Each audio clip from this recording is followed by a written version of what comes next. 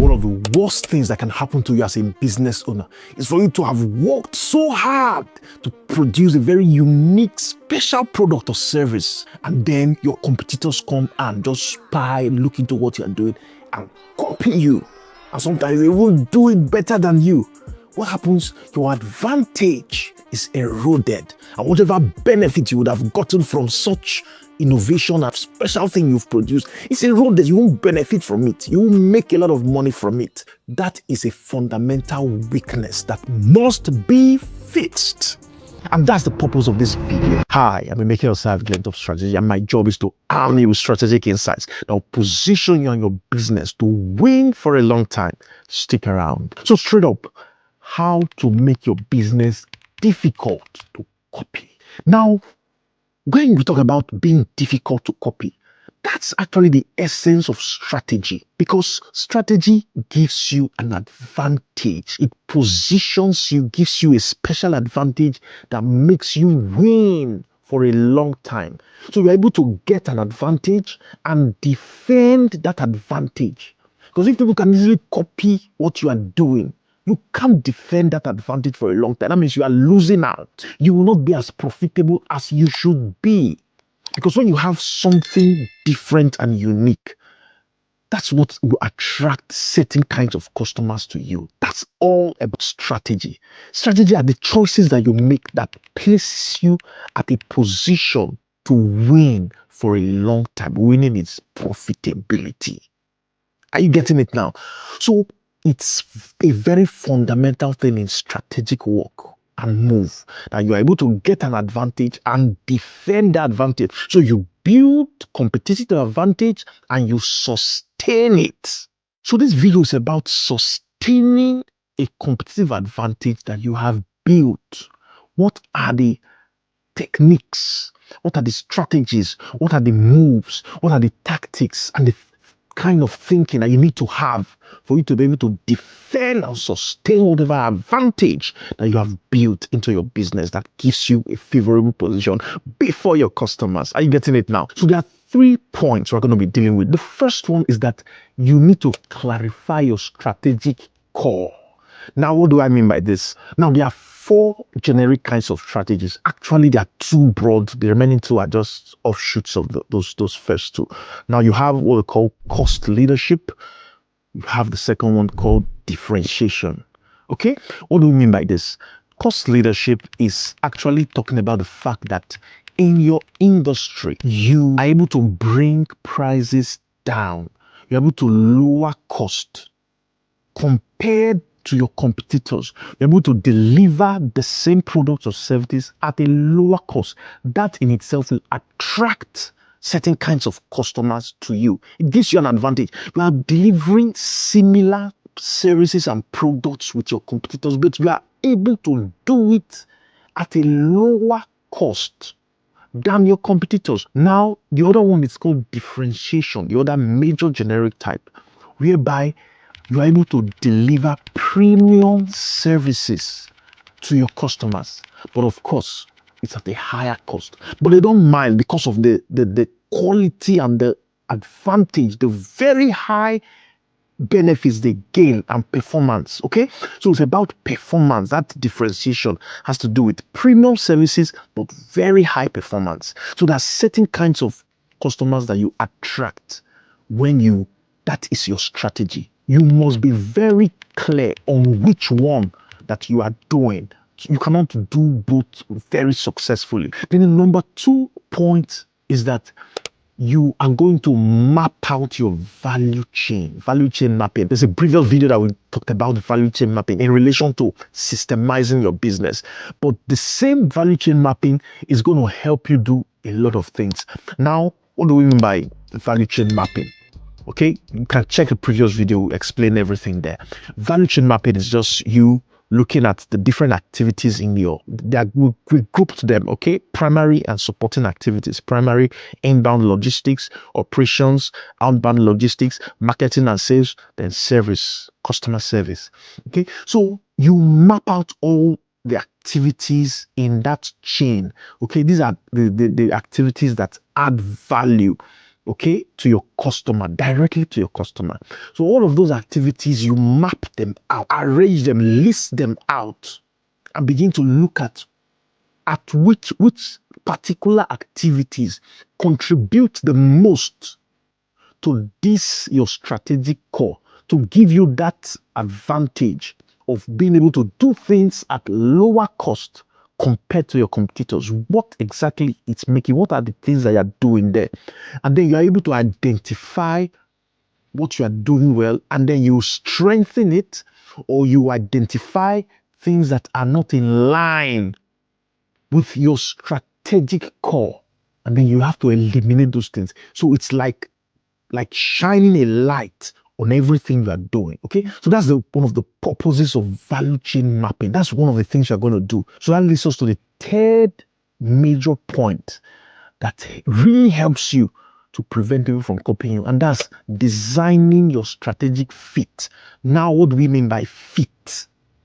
Now, when we talk about fit, we're talking about, it's a concept that has to do with how all of your activities, they conform together. They are contributing to that your strategic core.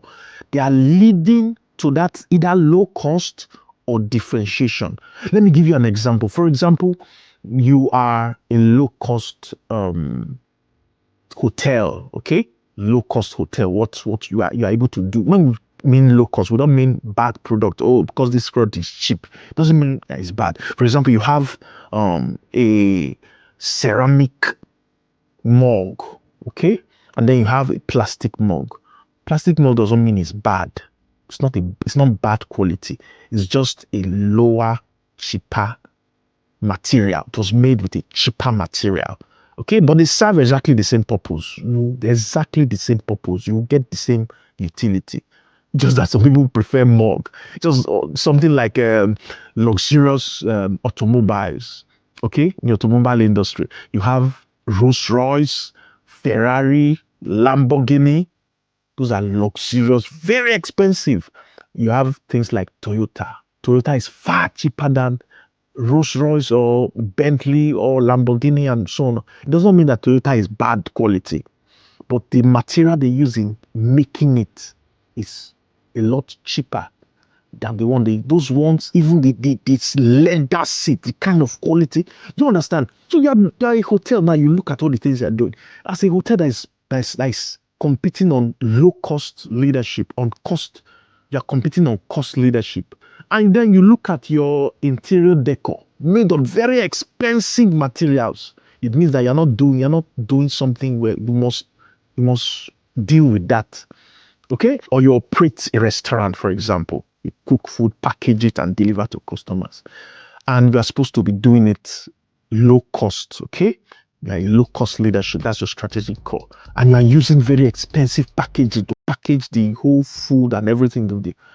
It is not aligning, it's inconsistent with your strategy. So those are the things you look at when you're talking about strategic fit. It means that every activity has to contribute to your strategic core, all of your activities. Because if only one activity is contributing to your advantage, okay, the strategic core, it's an advantage that you have.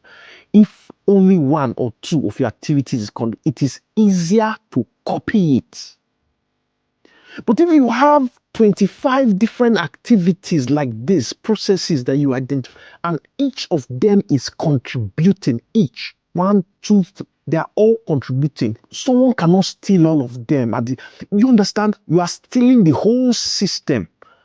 There's no how someone can know all of that. And you guard such things very jealously. Okay, so many parts are contributing. So that's one of the things that you look at. So I'm giving you the technique now of how you arrange your business in such a way that you make sure that several components and elements in your value chain, all of them, are all in alignment to your strategic core. They are all contributing. No one is out of place. Because when you have so many contributing to that listing, it makes it very difficult Okay, so you have three types of fit. The concept of fit. You have first order, second order, and third order. First order is also known as consistency fit. Second order means reinforcing fit, and third order optimizing fit. Consistency fit has to do with the fact that each of your activities are consistent in contributing. That's what I've been talking about. Then the second one is even stronger in the sense that each of those major components, they are feeding back in a kind of loop, that this one is strengthening the next activity, this one is strengthening the next one, this one is strengthening the next one, and it feeds back to the where it started from. So it's like a cycle, something like a loop, a virtuous cycle. Let me give you an example. Let's say, for example, Harvard. Now, Harvard is like a premium university, very high class. They charge a lot.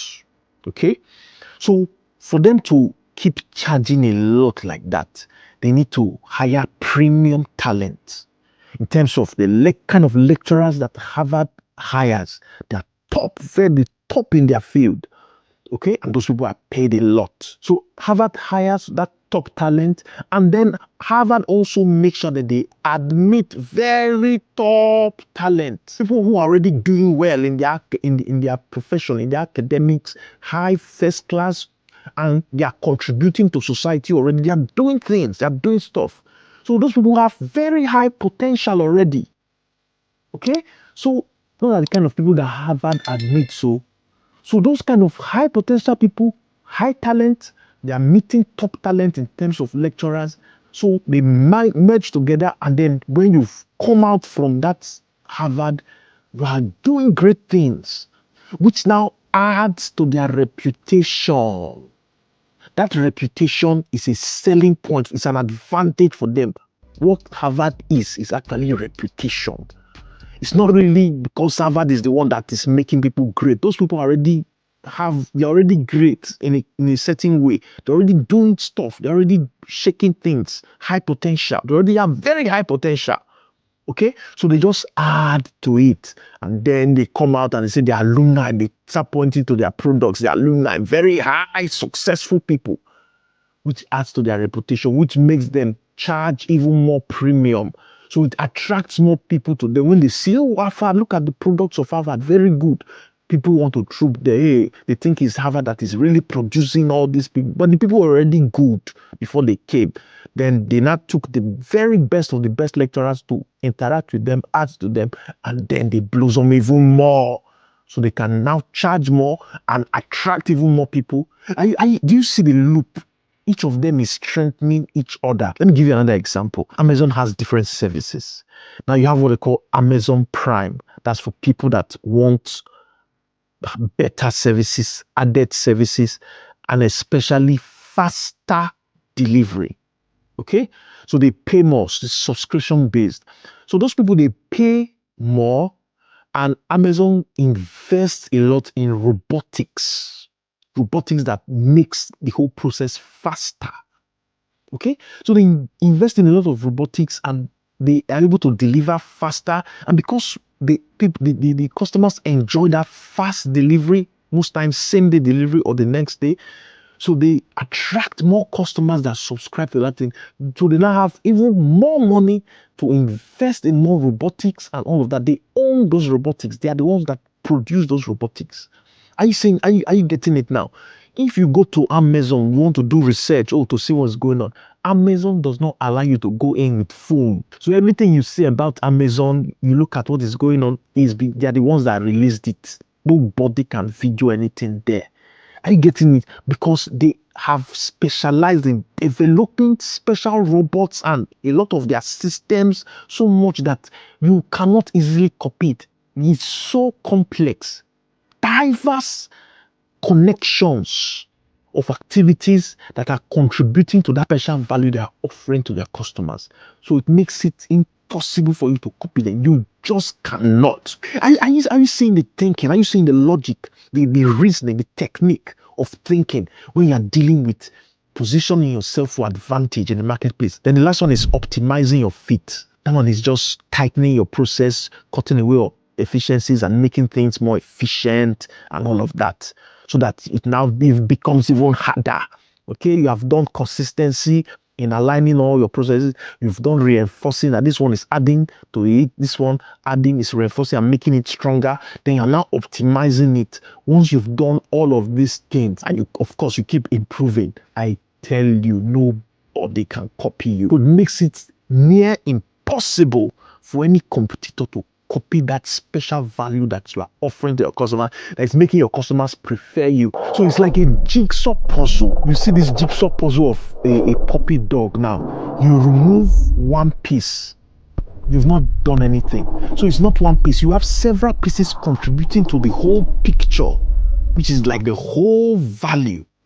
Are you seeing it now? So that's what this whole thing is all about. Making your business impossible to copy. You have to make all of your activities and your value chain to all be contributing to that strategic core and that specific advantage that you're bringing into the market. That is the technique I'm teaching you now. And I'm going to see you in the next video.